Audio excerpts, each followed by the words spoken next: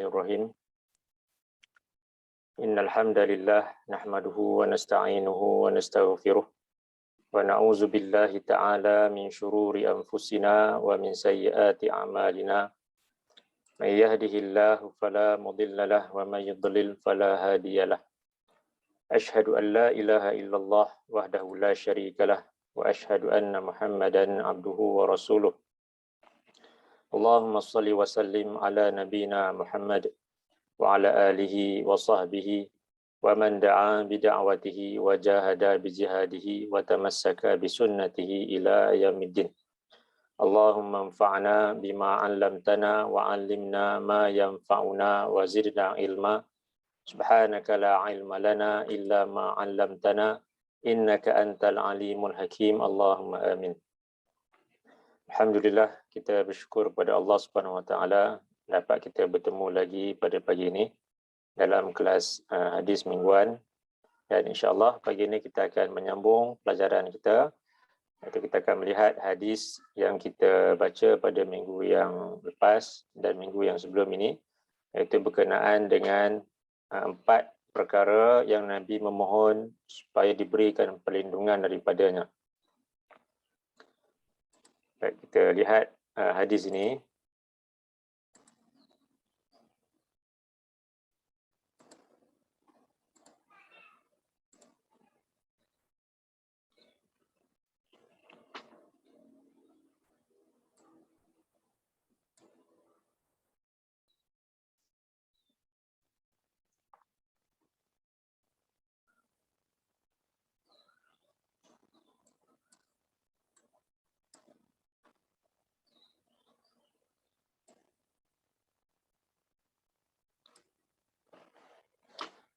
An Abbad bin Abi Sa'id annahu sami'a Aba Hurairah yaqul kana Rasulullah sallallahu alaihi wasallam yaqul Allahumma inni a'udzu bika minal arba' min ilmin la yanfa' wa min qalbin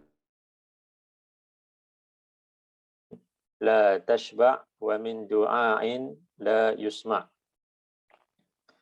Daripada Abbad bin Abi Sa'id bahwasanya beliau mendengar Abu Hurairah berkata, adalah Rasulullah sallallahu alaihi wasallam baginda bersabda, Allahumma inni a'udzubika minal arba'. Ya Allah, sesungguhnya aku mohon perlindungan kepadamu daripada 4 perkara. Min ilmin la yanfa', daripada ilmu yang tidak memberikan manfaat. Wa min qalbin la yakhsha', daripada hati yang tidak khusyuk, tidak tunduk.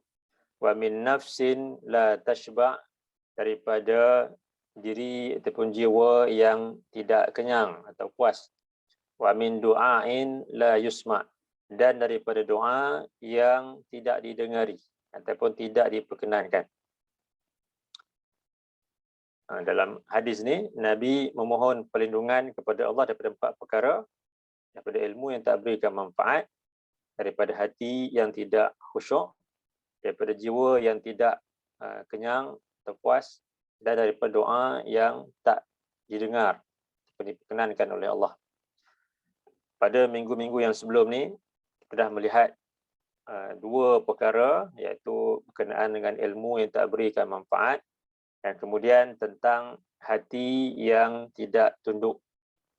Dan insya-Allah pagi ini kita akan sambung perkara yang ketiga yang Nabi sebutkan dalam hadis ni, iaitu berkenaan dengan doa yang Nabi mohon kepada Allah supaya dilindungi daripada min nafsin la tashba', daripada jiwa yang tidak kenyang. Kalau kita lihat dalam sebuah lagi hadis yang lain,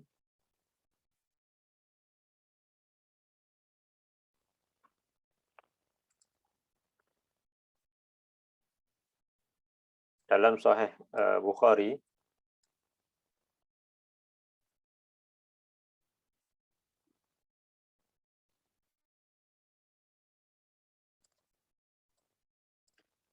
an Atha qal sami'tu ibna Abbas radhiyallahu anhuma yaqul sami'tu an-nabiyya sallallahu alaihi wasallam yaqul law kana libni adama wadiyani min mal labtagha thalithan wala yamla'u jawfa bani adam illa turab wa yatubu Allahu ala man taba. Daripada Atha katanya, aku mendengar Ibnu Abbas radhiyallahu anhuma. Beliau berkata, aku mendengar Nabi SAW baginda bersabda, "Lau kana libni Adam wadiyani min mal." Kalaulah anak Adam itu dia mempunyai dua buah lembah yang penuh dengan harta. La batagha thalithan. Tentulah dia hendak mendapatkan lembah yang ketiga. Wala yamla'u jawfa bani Adam illa turab. Dan tak ada yang dapat memenuhi perut anak Adam itu melainkan hanyalah tanah. Wa yatubullah ala man taba. Dan Allah dia menerima taubat terhadap orang yang bertaubat kepadanya. Dalam hadis ni Nabi menyebutkan tentang kehendak manusia yang takkan pernah kenyang, takkan pernah puas, takkan pernah cukup dengan apa yang Allah kurniakan kepadanya, khususnya dari segi harta itu. Kerana harta ni merupakan suatu fitnah yang besar yang Nabi sebutkan sendiri.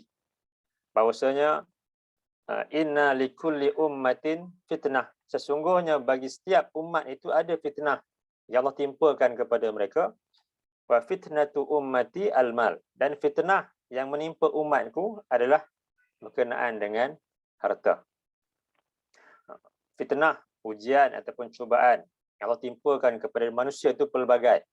Tapi yang paling besar yang menimpa semua orang adalah berkenaan dengan harta yang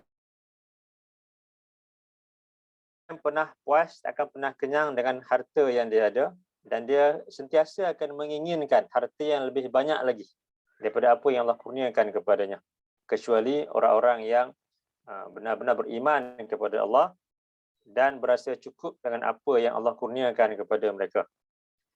Tapi sebaliknya, kebanyakan manusia mereka takkan pernah merasakan cukup dalam nikmat dunia ni, khususnya harta yang dia ada. Sebab itu kalau kita lihat dalam Quran, Allah sebut dalam surah 2 ayat 96.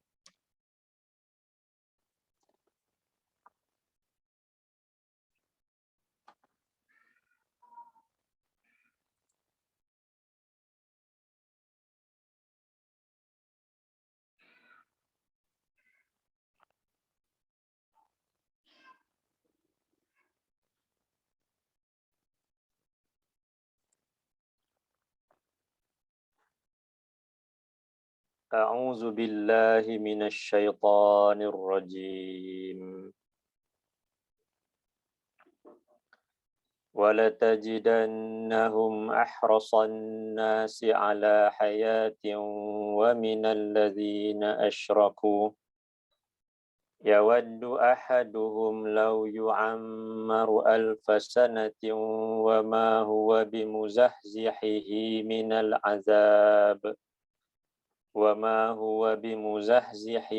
مِنَ الْعَذَابِ أَنْ يُعَمَّرَ Wallahu basirum bima ya'malun.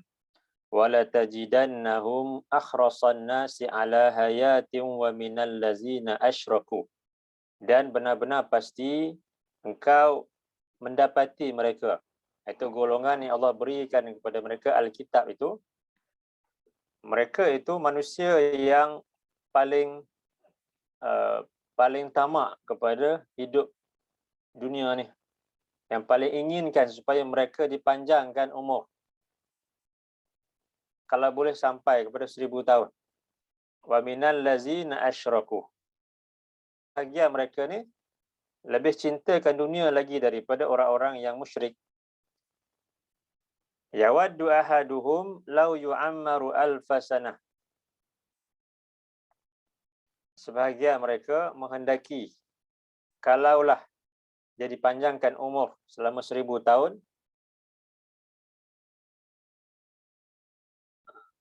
kalau boleh umur tu sampai 1000 tahun, tentulah dia nakkan sebanyak itu.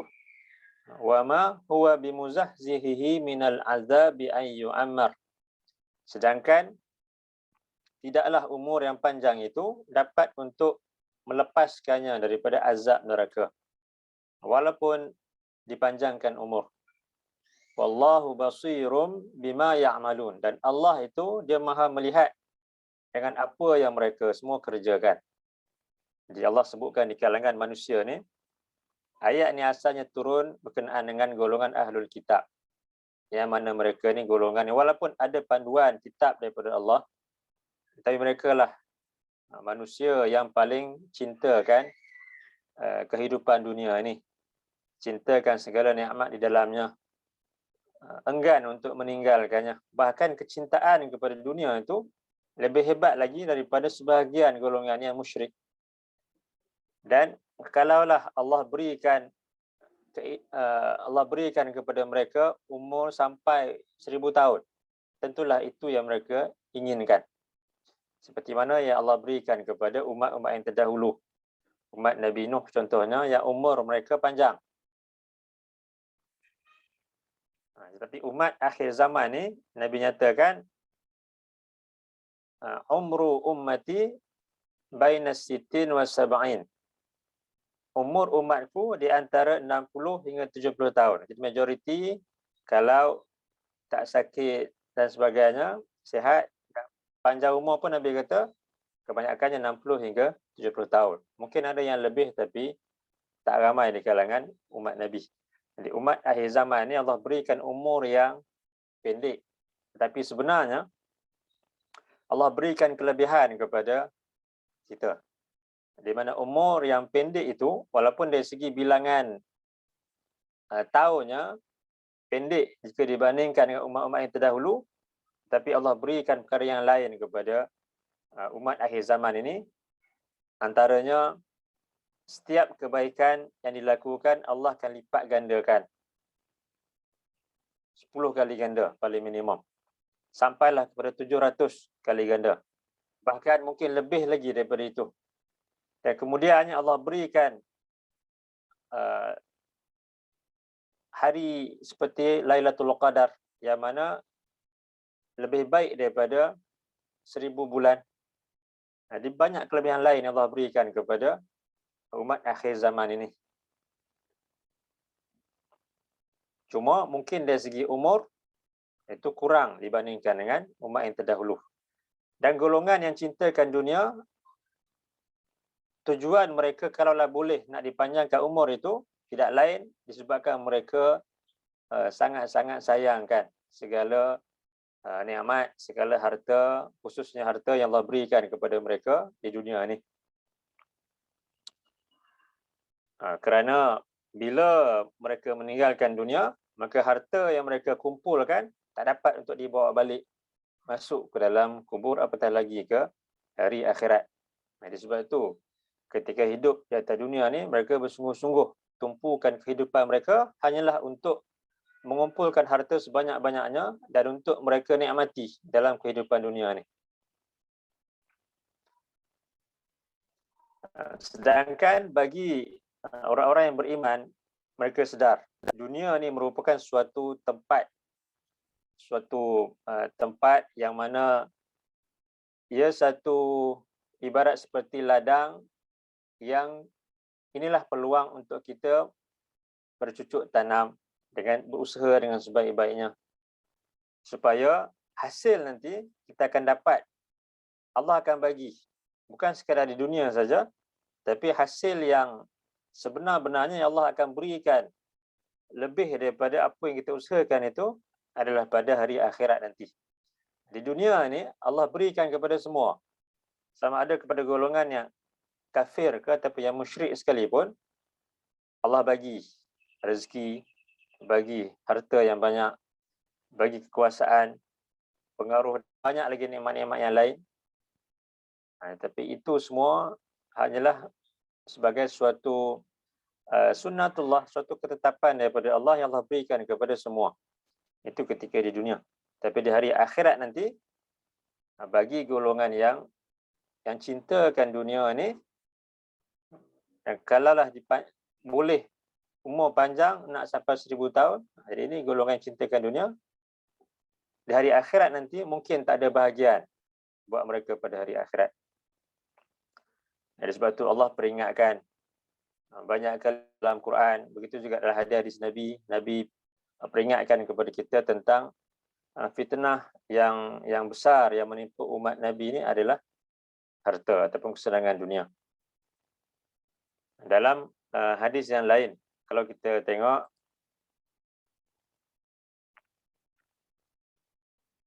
dalam Sahih Muslim,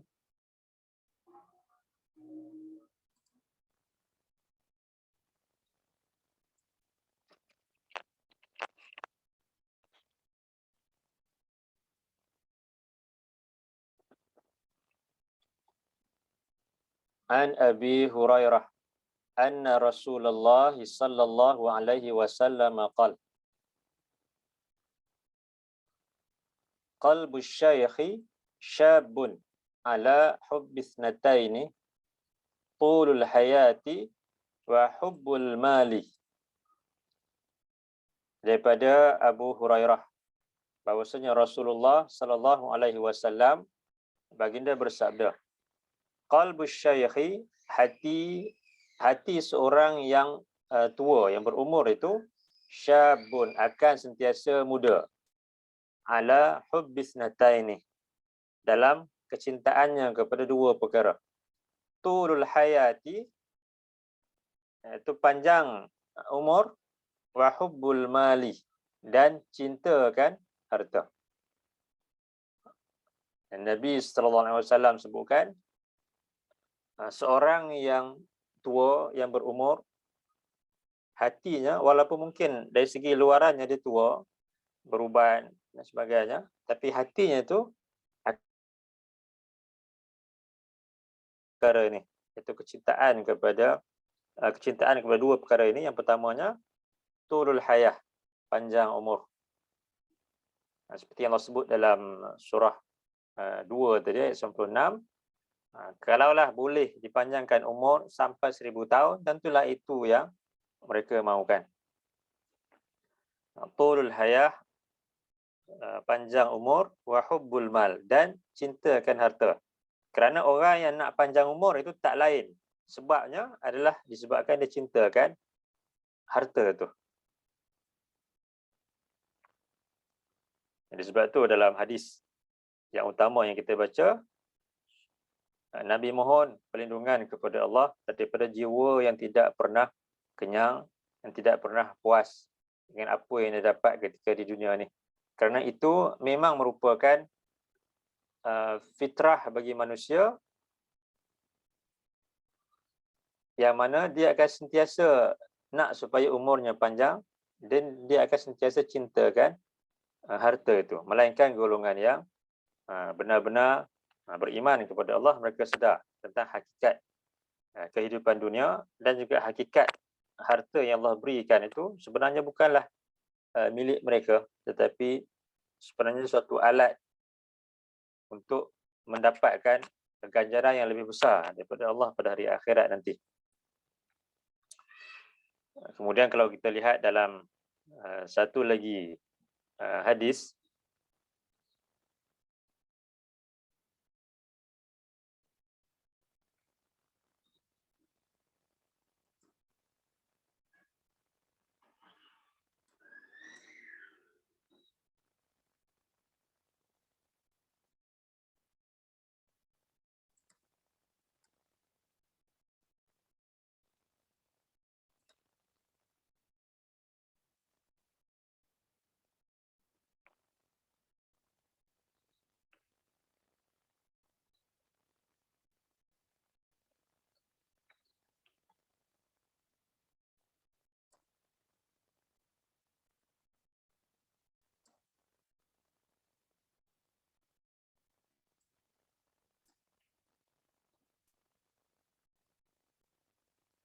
an Hakim bin Hizam qal sa'altu an-nabiyya sallallahu alaihi wasallam fa'a'tani thumma sa'altuhu fa'a'tani thumma sa'altuhu fa'a'tani thumma qala hadha al-malu wa rubbama qala Sufyanu qala li ya Hakim inna hadha al-mal khadirah inna hadha al-mal khadiratun hulwah faman akhazahu bi tibi nafsin burika lahu fih wa man akhazahu bi israfi nafsin lam yubarak lahu fih wa kana alladhi ya'kulu wa la yashba' wal yadul ulya khairun minal yadis sufla.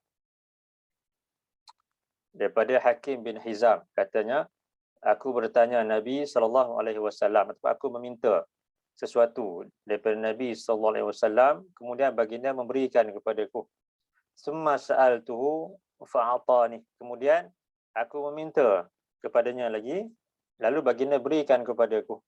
Summa sa'altuhu fa'atani, kemudian aku meminta lagi kepada baginda dan baginda berikan kepadaku. Summa qal, kemudian baginda bersabda, hadzal mal, harta ini. Inna hadzal mal khadiratun hulwatun. Sesungguhnya harta ini ibarat seperti sebiji buah yang hijau dan yang manis. Faman ahazahu bi tibi nafsin. Siapa yang mengambilnya bukan dengan perasaan tamak, burika lahu fihi. Allah akan berkati baginya apa yang dia ambil itu. Wa man akhazahu bi israfi nafsin lam yubarak lahu fihi. Tapi barang siapa yang mengambil harta itu dengan perasaan tamak, dia tak akan diberikan barakah baginya pada harta tersebut. Wa kallazi ya'kulu wa la yashba'. Ia ibarat seperti seorang yang makan tapi dia tidak kenyang, dia tak puas. Wal yadul ulya khairun minal yadis sufla. Dan tangan yang di atas itu lebih baik daripada tangan yang di bawah.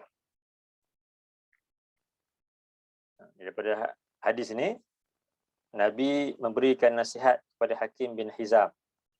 Ketika Nabi berikan apa yang Hakim minta daripada Nabi, Nabi berikan peringatan kepada beliau bahawasanya harta yang manusia itu ada, yang dia dapat ataupun yang dia ambil, ibarat seperti buah yang manis, yang hijau. Tapi siapa yang mengambilnya dengan sifat tamak, maka walaupun buah itu asalnya banyak manfaat, banyak kebaikan, tapi jika mengambilnya dengan hati yang tamak, maka takkan ada keberkatan padanya. Walaupun banyak sekalipun, tapi tak ada keberkatan padanya. Tapi sebaliknya, siapa yang mengambilnya dengan perasaan syukur, perasaan cukup, tidak tamak, maka Allah akan limpahkan keberkatan padanya. Nabi nyatakan ibarat seperti seorang yang tapi tak pernah kenyang. Jadi ini yang kita baca dalam hadis tadi. Hadis yang utama di awal kelas tadi berkenaan dengan Nabi mohon perlindungan daripada jiwa yang tak pernah kenyang, yang tak pernah rasa cukup dengan apa yang Allah berikan. Dan di hujung hadis ni, bila Nabi sebutkan berkaitan dengan harta, Nabi sebutkan pula tentang harta itu tujuannya bukan sekadar untuk dimakan sendiri ataupun untuk kita rasa sendiri saja semata-mata, tapi sebenarnya ia ada hak atau milik orang lain dalam harta yang kita ada itu. Wal yadul ulya khairun minal yadis sufla. Dan tangan yang di atas itu lebih baik daripada tangan yang berada di bawah. Jadi orang yang menggunakan hartanya untuk infak fisabilillah, untuk sedekah dan sebagainya, berikan kepada orang yang memerlukan, itu lebih baik daripada orang yang di bawah itu, yang menerima itu. Jadi itu sebenarnya harta yang Allah kurniakan kepada kita ni bukan hanya milik kita semata-mata, tetapi ada milik orang yang lain yang perlu untuk diberikan. Sama ada mungkin melalui nafkah yang wajib, ataupun mungkin melalui zakat, mungkin melalui infak, ataupun sedekah. Jadi bukan hanya milik kita semata-mata. Kerana harta yang sebenar adalah bukan apa yang kita ada, bukan kita himpunkan, bukan yang kita simpan, bukan yang kita kumpul dalam akaun bank kita tu. Itu mungkin akan jadi milik orang yang lain. Tapi harta yang kita ada sebenarnya, yang milik kita sebenar-benarnya adalah apa yang kita belanjakan. Itu harta kita sebenarnya. Kita kadang kita fikir apa yang kita simpan itulah milik kita.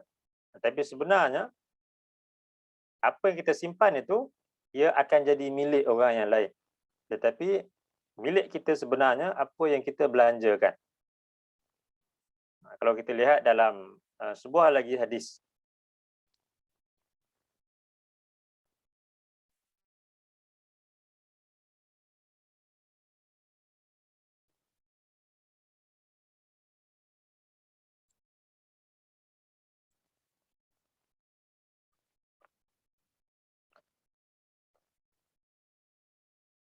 Anil Harits bin Suwaid qala Abdullah qala an-nabiy sallallahu alaihi wasallam ayyukum malu warithihi ahabbu ilaihi min malihi.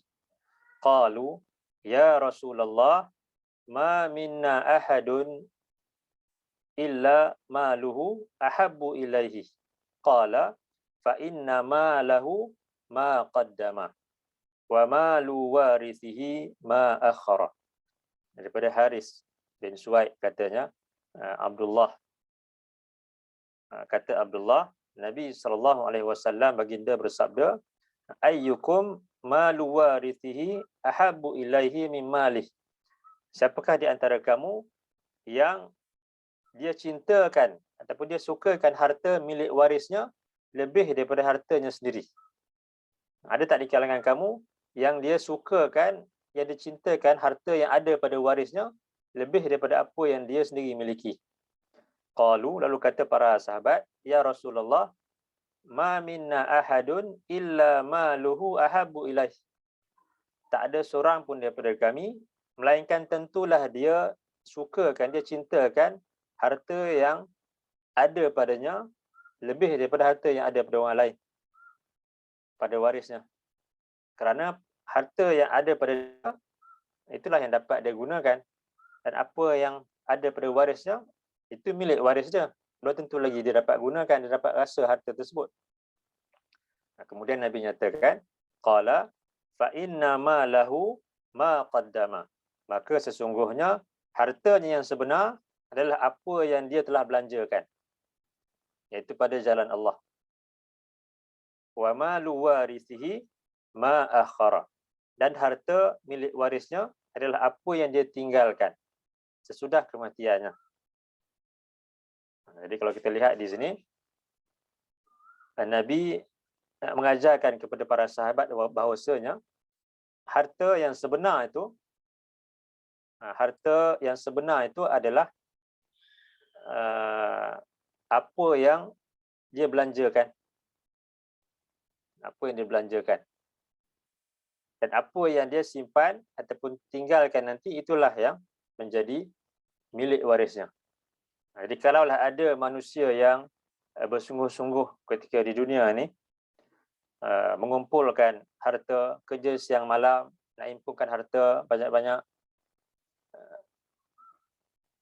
jadi ketahuilah bahawasanya segala yang dia kumpulkan itu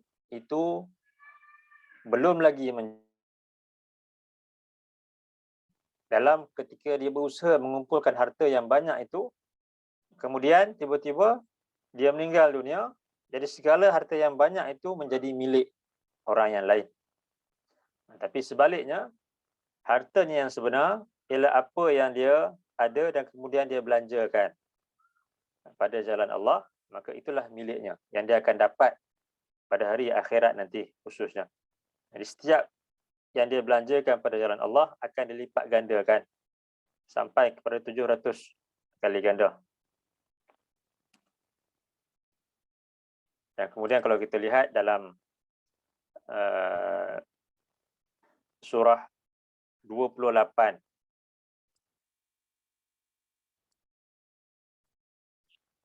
ayat 77,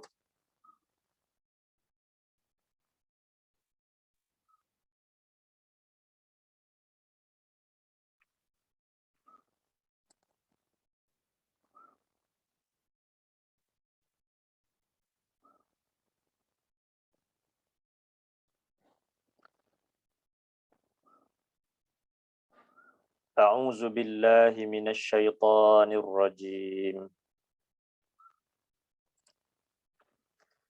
Wabtaghi fima ataka Allahu ad-daral akhirah wa la tansa nasibaka minad dunya wa ahsin kama ahsana Allahu ilaik wa la tabghil fasada fil ard innallaha la yuhibbul mufsidin. Wabtaghi fima ataakallahu daral akhirah, dan carilah pada apa yang Allah kurniakan kepadamu pahala untuk hari akhirat nanti. Wala tansa nasibaka minad dunya, dan janganlah engkau melupakan bahagianmu daripada kehidupan dunia ini. Wa ahsin kama ahsanallahu ilaik, dan berbuat baiklah seperti mana Allah telah berbuat baik kepadamu. Wala tabghil fasada fil ard, dan janganlah engkau melakukan kerosakan di muka bumi ini. Innallaha la yuhibbul mufsidin, sesungguhnya Allah dia tidak sukakan orang-orang yang melakukan kerosakan. Ayat ini berkenaan dengan kisah Qarun, yang mana Qarun merupakan manusia antara yang paling banyak harta Allah berikan kepadanya. Sehingga orang-orang yang beriman ketika zaman tersebut merasakan kalau boleh mereka nak juga dapat benda yang sama seperti mana Qarun dapat tu. Dan sebahagian daripada mereka yang berilmu memberikan pesanan kepada Qarun bahawasanya sepatutnya setiap apa yang Allah kurniakan itu dia gunakan untuk mendapatkan pahala pada hari akhirat. Bukan sekadar untuk bermegah-megah, untuk menayang-nayangkan kepada orang yang lain. Kita lihat hari ini di media sosial banyak orang-orang yang kaya raya seolah-olah nak menunjuk-nunjuk kekayaan mereka dengan menampakkan duit yang berkepuk-kepuk, menayangkan kereta yang mewah dan sebagainya. Jadi semua tu tujuannya untuk apa? Adakah sekadar nak mendapatkan pujian daripada orang yang lain? Sedangkan Allah nyatakan sepatutnya setiap apa yang Allah kurniakan kepada kita tu kita gunakan sebagai alat untuk mengumpulkan pahala yang kita akan dapat nanti pada hari akhirat. Harta yang kita ada bukan milik kita, tapi sebaliknya apa yang kita belanjakan itulah yang kita akan dapat nanti. Kita belanjakan pada jalan Allah itu. Dan bila kita kata harta yang kita ada kita gunakan untuk mencari pahala, bukanlah maknanya tak boleh untuk kita guna untuk keperluan diri kita. Sebab Allah juga sebutkan wala tansa nasibaka minad dunya, dan janganlah engkau melupakan bahagianmu daripada kehidupan dunia ni. Jadi untuk kehidupan kita boleh gunakan, tak ada masalah. Cuma jangan sampai ia membawa kepada pembaziran, membawa kepada riak, bermegah dan sebagainya.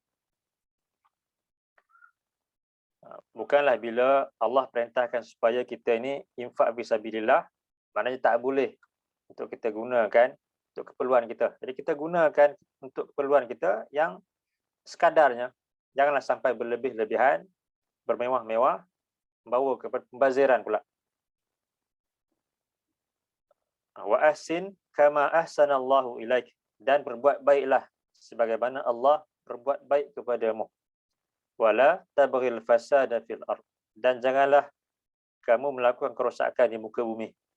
Innallaha la yuhibbul mufsidin, sesungguhnya Allah tidak sukakan orang-orang yang melakukan kerosakan.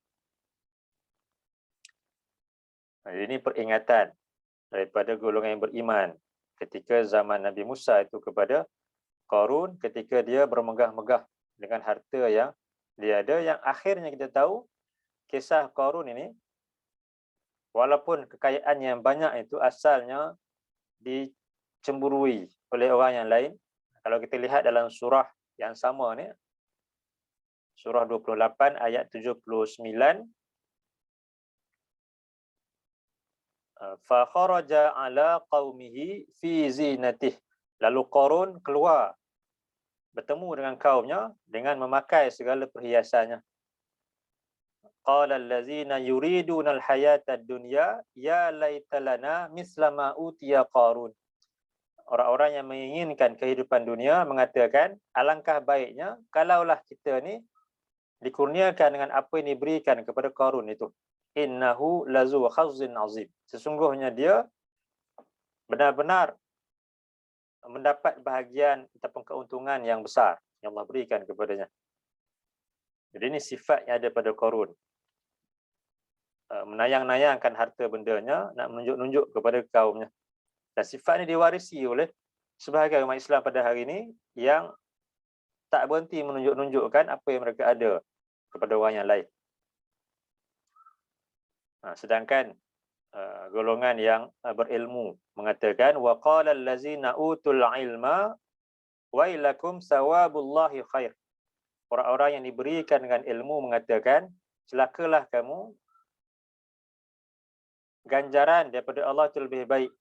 Liman amana wa amila salihah, kepada siapa yang beriman dan yang melakukan amalan yang soleh. Wala yulaqaha illa sabirun, dan tak ada yang dapat, tiada yang dapat ganjaran yang baik itu melainkan golongan yang bersabar. Jadi sebab itu bila kita baca hadis tadi tentang apa yang Nabi mohon kepada Allah supaya diberikan perlindungan daripada hati yang tidak pernah kenyang, itu di antara ubat ataupun penawar kepada hati yang sentiasa tidak merasa cukup, yang tak pernah kenyang, itu adalah yang pertamanya sifat sabar. Sifat sabar. Mungkin ketika di dunia ni, golongan yang Allah berikan dengan harta yang banyak, dia boleh gunakan kepada apa yang dia nak, tapi dia sabar dengan harta tersebut. Dia sabar, dia gunakan sekadar yang diperlukan, dan kemudian yang lain digunakan untuk jalan Allah. Itu orang yang kaya, yang bersabar. Dengan harta yang banyak, dia menggunakan hanya untuk keperluan dan juga untuk jalan Allah, dan tidak kepada benda-benda yang membazir dan sebagainya. Manakala golongan yang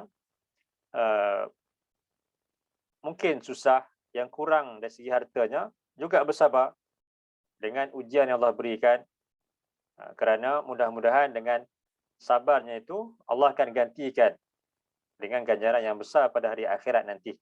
Bahkan kalau kita baca dalam hadis-hadis Nabi, Nabi nyatakan bahawa kebanyakan daripada penghuni syurga itu merupakan orang-orang yang miskin.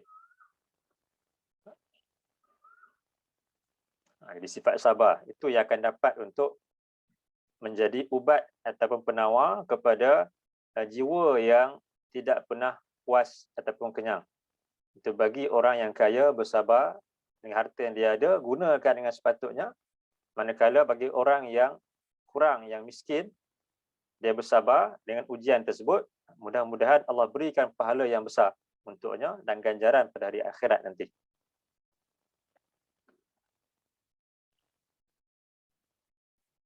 Kemudian kalau kita lihat kesudahan kepada Qarun, fakhasafna bihi wa bidarihil ard, lalu kami benamkan dia dan istananya ke dalam bumi. Famakana lahu min fi'atin yansurunah, tiadalah baginya suatu golongan yang dapat untuk menyelamatkannya. Walaupun disebutkan sebelum ini tentang bagaimana ramainya pengawal-pengawalnya yang memikul kunci-kunci kepada gudang-gudangnya. Kalau lihat dalam surah yang sama ayat 76 ni, Allah nyatakan wa atainahu minal kunuz ma imma fatihahu la tanu'u bil usbati ulil quwwah. Qarun itu kayanya dia ni, kunci kepada gudang kekayaannya itu pun dipikul oleh orang-orang yang hebat, orang-orang yang besar, yang gagah perkasa. Itu baru kunci kepada harta kekayaannya. Apatah lagi berapa banyak hartanya itu, wallahu taala alam. Sampai hari ini kita masih sebut lagi harta karun itu. Jadi kuncinya saja dipikul oleh orang-orang yang hebat, yang besar tubuh badannya. Apatah lagi hartanya yang banyak itu. Tapi kesemua harta yang banyak itu tak digunakan dengan sebaik-baiknya, tapi digunakan untuk kepentingan dunia, untuk dibangga-banggakan, dan kesudahannya dia dibenamkan dengan hartanya dan istananya ke dalam bumi. Dan tak ada siapa pun yang dapat untuk menolongnya, walaupun dia mempunyai ramai pengawal dan sebagainya, tapi tetap juga tak dapat selamat daripada azab yang Allah timpakan ke atasnya.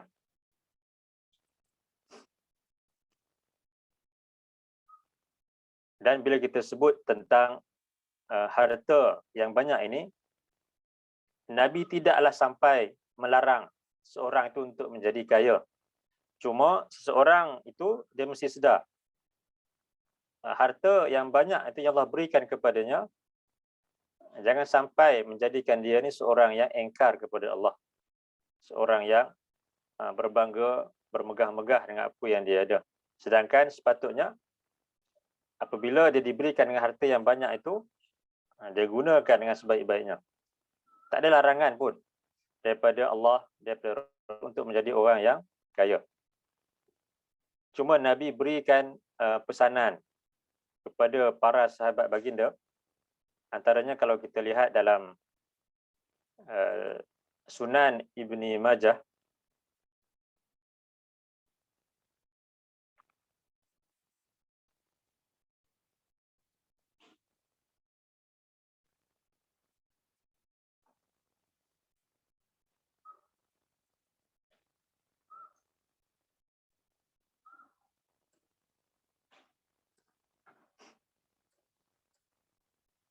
an Muaz bin Abdullah bin Khubayb an abihi an ammihi qala kunna fi majlisin faja'a an-nabiy sallallahu alaihi wasallam wa ala ra'sihi atharu ma'in faqala lahu ba'duna naraka al-yawma tayyiban nafs faqala ajal walhamdulillah.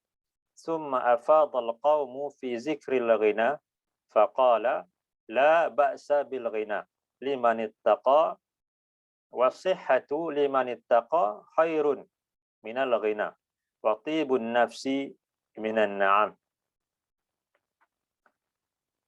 Daripada Muaz bin Abdullah bin Khubayb, daripada bapanya, daripada pakciknya, katanya kami bersama-sama, kami itu para sahabat bersama-sama dalam suatu majlis. Kemudian Nabi sallallahu alaihi wasallam, dan di atas kepalanya ada kesan air. Kemudian kata sebahagian sahabat kepada baginda, naraka al-yawma tayyiban nafs, wahai Rasulullah, kami melihat engkau ceria hari ini. Faqala ajal walhamdulillah. Kemudian Nabi bersabda, ya, alhamdulillah, segala pujian itu milik Allah. Summa afadal qaumu fi zikril ghina. Kemudian Nabi memberikan pesanan kepada mereka berkenaan dengan kekayaan. Faqala, lalu Nabi bersabda, la ba'sa bil ghina liman ittaqa.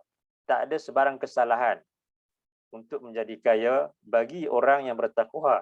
Bagi orang yang bertakwa. Jadi untuk seorang yang beriman itu jadi kaya, tak ada masalah. Yang penting ketakwaannya itu. Iaitu dia tahu harta yang banyak itu ke mana patut dia belanjakan. Tapi sebaliknya, kalau orang yang kaya tapi tak ada ketakwaan, maka tentulah dia akan terlibat dengan perkara-perkara yang diharamkan kerana untuk mendapat kekayaan tersebut. Dan kemudian bila dia dapat, dibelanjakan pula ke tempat-tempat yang tidak sepatutnya. Tapi bagi orang yang bertakwa, dia akan pastikan sumbernya itu mestilah halal, dan kemudian ke mana dibelanjakan juga dia akan pastikan dengan sebaik-baiknya. Jadi la ba'sa bil ghina liman ittaqa, tak ada sebarang kesalahan untuk menjadi kaya bagi siapa yang bertakwa. Tapi Nabi sebutkan ada yang lebih baik lagi daripada kekayaan itu. Wasihhatu liman ittaqa khairun minal ghina. Kesihatan itu lebih baik lagi daripada kekayaan bagi seorang yang bertakwa. Kesihatan itu lebih baik lagi daripada kekayaan. Kalau kaya macam mana sekalipun tapi banyak penyakit, jadi tak guna juga, tak ada kebahagiaan di situ.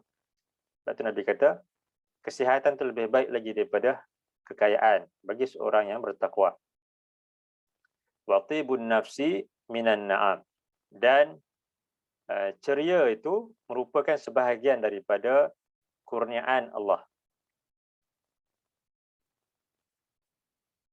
Dalam hadis ini Nabi sebutkan bahawasanya bagi orang yang bertakwa tak ada halangan untuk menjadi kaya. Yang penting dia tahu daripada mana sumbernya kekayaan tersebut, perlu dipastikan, dan ke mana perlu dia belanjakan kekayaan yang dia ada. Begitu juga dalam satu lagi hadis yang lain,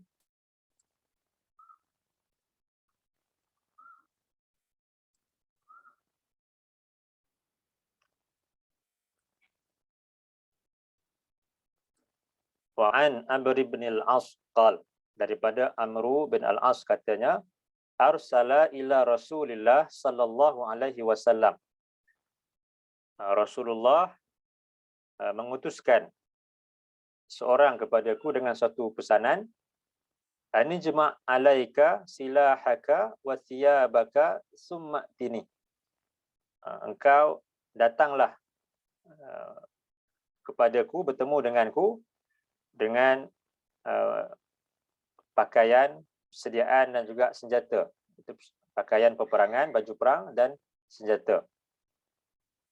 Ini pesan Nabi kepada utusan yang diperintahkan untuk bertemu dengan Amru bin al-As. Kemudian kata Amru bin al-As, qala fa'ataituhu wa huwa yatawadda. Aku datang bertemu dengan baginda dan ketika itu baginda sedang berwuduk. Faqal, lalu baginda bersabda, ya Amru, inni arsaltu ilaika li'ab'atsaka fi wujdin yusallimukallahu wa yughannimuka.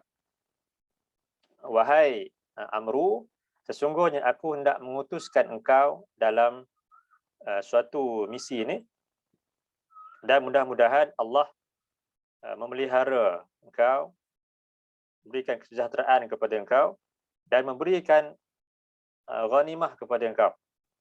Wa az'aba laka raghbatan minal mal, yang mana aku akan berikan bahagian yang besar daripada ghanimah tersebut kepadamu. Itu kata Nabi kepada Amr bin al-As. Nabi nak hantarkan dia dalam satu misi, ekspedisi, dan kalaulah ada harta daripada misi ataupun peperangan tersebut, Nabi akan berikan sebahagian kepada beliau. Fakultu, lalu kata Amr bin al-As, ya Rasulullah, ma kanat hijrati lil mal. Wahai Rasulullah, hijrahku kepadamu bukanlah untuk mendapatkan harta. Wa ma kanat illa lillah wa li rasulih. Tidak lain hijrahku ini melainkan hanyalah kerana Allah dan kerana Rasulnya. qala, kemudian sabda baginda, ni'imma bil malis salih lirrajulis salih. Sebaik-baik harta itu adalah milik seorang lelaki yang saleh. Yang satu lagi riwayat, ni'mal malus salih lirrajulis salih. Sebaik-baik harta itu adalah milik seorang lelaki yang saleh. Daripada hadis ni, juga hadis tadi menunjukkan bahawasanya tak ada sebarang kesalahan bagi seorang itu menjadi kaya, mempunyai harta yang banyak, jika ia disertai dengan ketakwaan kepada Allah. Kerana ketakwaan itulah yang akan menentukan harta yang banyak itu sama ada berikan manfaat ataupun akan menjadi punca dia menjadi golongan yang engkar kepada Allah. Dan juga pesanan Nabi kepada sahabat juga tentang kekayaan ini.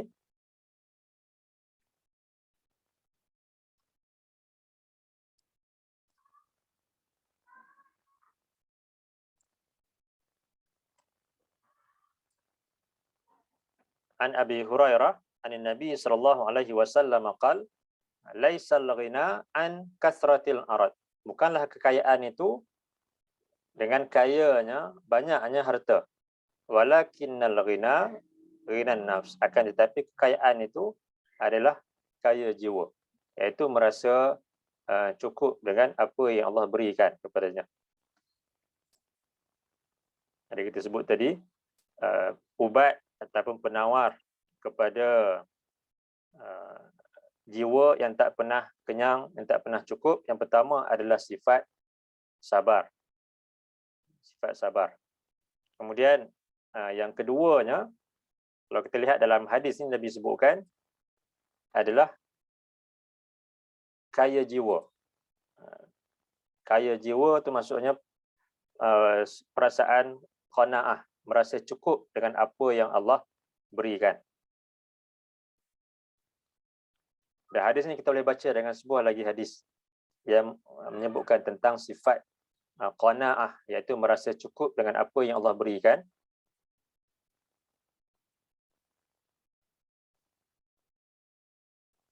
Qad aflaha man aslama.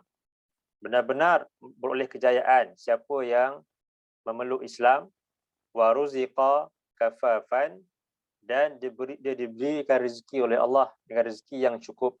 Wa qanna Allahu bima atahu, dan Allah memberikan sifat qanaah kepadanya dengan apa yang dia kurniakan. Walaupun mungkin sikit dari segi bilangannya, tapi dia merasa cukup dengan apa yang Allah berikan. Jadi kalau ada sifat qanaah ini, ia akan menghalang nafsin la tashba', itu jiwa yang tak pernah cukup. Jadi ubatnya di samping sifat sabar adalah sifat qanaah. Kemudian dalam satu lagi hadis,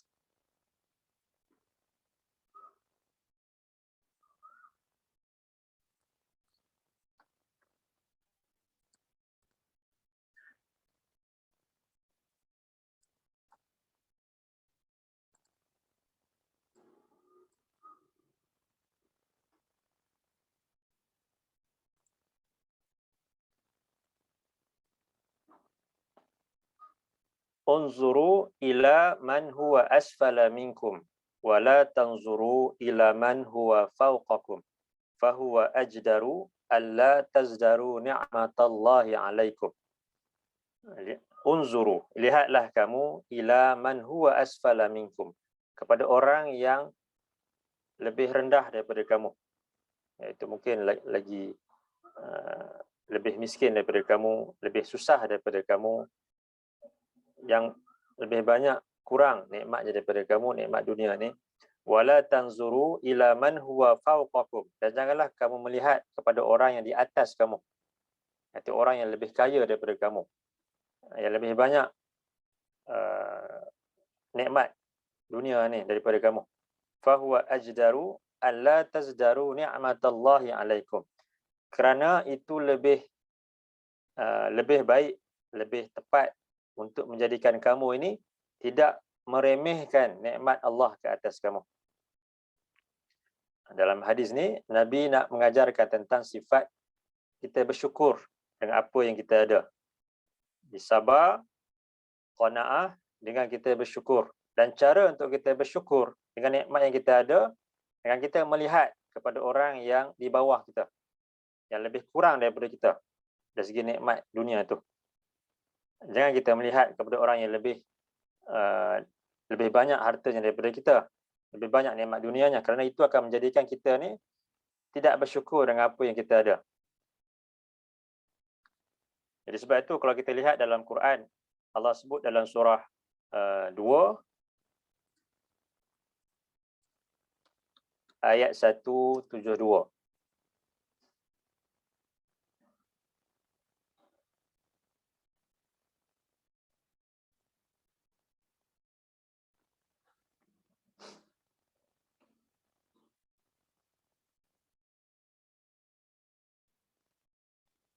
Ya ayyuhallazina amanu, wahai orang-orang yang beriman, kulu min tayyibati ma razaqnakum. Makanlah kamu daripada yang baik-baik, daripada apa yang kami rezekikan kepada kamu. Washkuru lillahi, dan bersyukurlah kamu kepada Allah, in kuntum iyyahu ta'budun. Jika kamu hanya kepadanya kamu mengabdikan diri. Wahai orang-orang yang beriman, makanlah daripada apa yang baik-baik, daripada apa yang kami rezekikan kepada kamu, dan bersyukurlah kepada Allah jika hanya kepadanya kamu mengabdikan diri. Di dalam ayat ini Allah sebutkan tentang perintah untuk bersyukur, khususnya kepada orang-orang yang beriman. Orang-orang yang beriman, dia akan sentiasa bersyukur dengan apa yang Allah kurniakan kepadanya. Dan cara untuk bersyukur itu, Nabi sebutlah hadis tadi, dengan kita melihat orang yang lebih kurang daripada kita. Kerana kalau kita melihat orang yang lebih banyak nikmatnya daripada kita, tentulah kita akan rasa boleh timbul perasaan hasad, dengki dan sebagainya, dan tak bersyukur dengan apa yang Allah kurniakan. Jadi itu 3 ubat kepada jiwa yang tidak pernah cukup. Yang pertama adalah sifat sabar. Kemudian yang kedua, sabar itu sama ada sabar bagi orang yang kaya, iaitu dia bersabar dengan menggunakan hartanya sesuai dengan apa yang Allah dan Nabi perintahkan, dan sabar bagi seorang yang susah itu, yang miskin itu, dengan dia bersabar dengan ujian tersebut. Kemudian yang kedua adalah sifat qanaah, iaitu merasa cukup dengan apa yang Allah berikan kepadanya. Dan kemudian yang ketiga adalah bersyukur dengan apa yang Allah kurniakan. Walaupun mungkin ia sekadar nikmat yang mungkin kita rasa kecil, tapi kalau kita bandingkan dengan orang yang tak ada nikmat tersebut, tentulah kita akan berasa bersyukur. Baik, kita kembali kepada hadis yang utama tadi. Jadi hari ini kita lihat tentang perkara yang ketiga Nabi sebutkan dalam hadis ni, iaitu berkenaan dengan wa min nafsin la tashba. Itu Nabi mohon perlindungan kepada Allah daripada jiwa yang tidak pernah cukup, yang mana ia merupakan fitrah bagi manusia ni, cintakan dunia, nakkan umur yang panjang, dan cintakan harta itu. Bagi orang-orang yang beriman, mereka sedar jiwa yang tak pernah cukup ini perlu untuk diubati, iaitu dengan sifat sabar, qanaah dan juga syukur. Dan dia sedar bahawasanya harta yang Allah kurniakan kepadanya ketika di dunia ni, ia menjadi suatu alat baginya untuk dia menambahkan lagi pahala. Bukanlah harta itu menjadi tujuan hidup dia, tapi sebaliknya menjadi alat untuk dia mendapatkan ganjaran yang lebih besar lagi daripada harta tersebut. Baik, jadi insya-Allah kita akan sambung lagi perkara yang keempat, iaitu doa yang tak didengari ini dalam kelas yang akan datang insya-Allah. Jadi untuk pagi ni setakat ini dulu. Sebelum kita akhiri, ada apa-apa ke?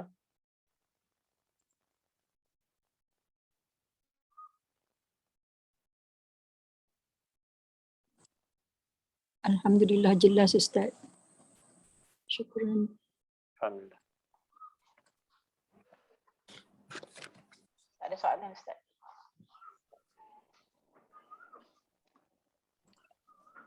Ustaz, kalau apa ni nak tanya, kalau yang tunjuk-tunjuk gambar dekat Facebook ke, kita tunjuk makanan apa semua tu, boleh ke Ustaz? Satu contoh lah. Dia tengok tujuan kita, apa tujuan kita tunjuk makanan tu. Kalau sekadar untuk simpanan ke ataupun untuk makluman kepada kawan-kawan, tapi tak disertai dengan sifat riak, ujub dan sebagainya, jadi taklah sampai berdosa. Cuma mungkin ia satu benda yang tak ada pemanfaat lah. Tapi kalau tujuan kita tunjukkan suatu perkara, satu contoh kebaikan, sedekah dan sebagainya, dengan tujuan untuk menjadi contoh yang baik, maka itu tak ada masalah.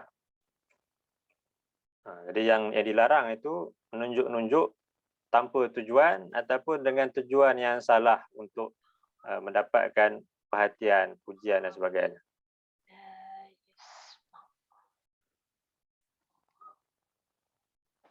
Dan bagi orang-orang yang beriman, kalau suatu benda yang tak ada manfaat, walaupun mungkin taklah sampai dosa, tapi tak ada manfaat, dia akan tinggalkan bagi orang yang beriman. Sebab Nabi nyatakan dalam sebuah hadis, min husni islamil mar'i tarkuhu ma la ya'nihi. Di antara tanda eloknya Islam seorang itu adalah dia tinggalkan perkara yang tak berikan manfaat kepada dirinya. Jadi kalau sekadar suka-suka sonok-sonok, tak ada manfaat di situ, dia tak perlu buatlah. Apatah lagi kalau disertai pula dengan perasaan nakkan perhatian, pujian dan sebagainya. Itu boleh bawa pula kepada dosa.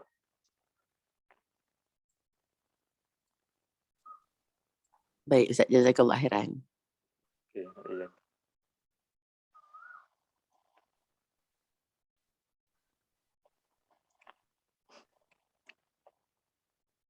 Okey, baik.